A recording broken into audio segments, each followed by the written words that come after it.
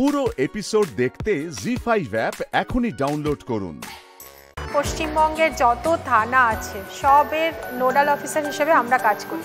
580টা থানার যে কোনো কাজে যদি তাদের সমস্যা হয় তারা আমাদের সাথে যোগাযোগ করে। কোনো কাজে আমরা ডাইরেক্ট ইনভলভ হই, কোনো কাজে আমরা সাপোর্ট দিই অ্যাসোসিয়েট হিসেবে।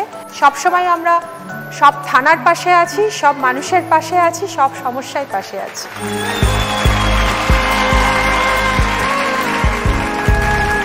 তো এত বছরের ক্যারিয়ারে তো মনে হচ্ছে প্রচুর রোমাঞ্চকর গল্প রয়েছে। প্রচুর গল্প আছে দিদি। কোনো স্মরণীয় ঘটনা? হ্যাঁ, আমি তখন নতুন নতুন ঢুকেছি, একজন এক্সটর্শনিস্ট, তাকে ধরা যাচ্ছিল না। তো আমাকে বলা হলো তার বাড়িটা রেকি করে এসো। তো আমি গেলাম, খবর পেলাম সোর্স মারফত যে ওর মায়ের পাটা ভেঙেছে। তো আমি আয়া সেজে গেলাম। অলরেডি ওর একটা আয়া চলছিল, কিন্তু আমি জোর করে ওখানে ঢুকবো সেই চেষ্টা অনেক করলাম আর কি। তো তারপরে অনেক গল্প করার পরেই দেখছি আমার পায়ে এরকম রিভলভার ঠেকানো।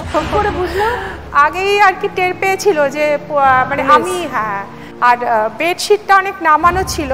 তো আমি বুঝতে পারিনি অতটা যে খাটের তলায় কেউ লুকিয়ে থাকতে পারে। তো আমারও রিভলভার ছিল, কিন্তু বের করার মতো অপশান ছিল না। তো আমাকে বের করে বললো যে আর কিছু জানার দরকার নেই, আমি বুঝে গেছি আপনি কে, আপনি এখান থেকে চলে গেলেই ভালো। তখন ওই পজিশনে চলে আসা ছাড়া কোনো রাস্তা ছিল না। পরে যদিও আমরা আবার প্ল্যান করে আবার ধরতে পেরেছি।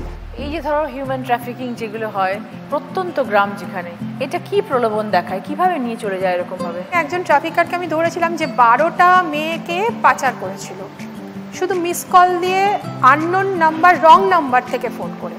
যখন আমি ওকে জিজ্ঞাসা করলাম যে তুমি এই 12টা টার্গেট করলে কি করে, তখন ও বললো আমার লোক থাকে স্টেশনের পাশে রিচার্জ করার দোকানে, সেখানে মেয়েরা সব রিচার্জ করতে আসে, স্কুল গোয়িং হোক বা কোনো মহিলা পাচারের যোগ্য আর কি, কম বয়সী। রিচার্জ করার সময় নাম্বার বলতে হয়, আমরা ওই নাম্বারগুলো নোট করি, পরে আমরা ওই নাম্বারে মিস কল মারি বা ফোন করি, তখন রং নাম্বার, তার থেকে পরিচয় করে। দিদি খুব সহজ, মানে যোগ্যতার তুলনায় বোধহয় আমরাও একটু বেশি চাই। এগুলো খুব এখন ইজি টাস্ক হয়ে গেছে, এমন যে মানে মেয়েরাও আজকাল দেখি, মানে আমি হয়তো 8 পাস বা 9 পাস, কিন্তু আমি মনে করছি আমি দিল্লি গেলে একটা 1 লাখ টাকার মাইনের চাকরি পেয়ে যাবো। এই সামঞ্জস্যটা থাকছে না বলে আমার মনে হয়, প্লাস পভার্টি একটা কারণ। তো সব মিলিয়ে এটাই একটা কারণ আমার মনে হয়েছে যে মানে এত ইজি গোয়িং হয়ে গেছে ব্যাপারটা। আজকে যে পজিশনে আপনি আছেন, জীবনে তো সবসময় রিস্ক ফ্যাক্টর কাজ করে, তাহলে কিভাবে নিজেকে প্রোটেক্ট করে? প্রথমত দিদি, এতদিন কাজ করার পর ভয় আর লাগে না। আর আননোন জায়গায় যখন যাই তখন যতটা মানে সিক্স সেন্স রেখে কাজ করা যায়, প্রথমত এন্ট্রি এক্সিটগুলো দেখে নিই কি কি আছে। এরকম হয়েছে আমার, যেরকম আমি গ্রুপের সাথে ঢুকে গেছি, গ্রুপ বেরিয়ে গেছে, আপনি আটকে গেছেন। আমি বেরোতে যাচ্ছি, হঠাৎ উপর থেকে এরকম একটা কাস্তে নিয়ে এসে আমার পুরো গলায়। হ্যাঁ, 1 মিনিটের জন্য যদি আপনি দুর্বল হয়ে যান তাহলে আপনি শেষ। খুব ভালো লাগলো কথা বলে প্রণজিদি। পরিবারে কে কে আছে আপনার? সবাই আছে। ছেলে বড় হয়ে গেছে, ইঞ্জিনিয়ারিং পাশ করে গেছে। প্রণজিদি, আজকে আপনি আমার মঞ্চে এসেছেন, এত গল্প শুনলাম, একটা কথাই মনে হচ্ছে যে উত্তর 24 পরগনার সমস্ত মানুষ নিশ্চিন্তে ঘুমোতে পারেন প্রণতি শাহ থাকে। থ্যাংক ইউ দিদি, থ্যাংক ইউ।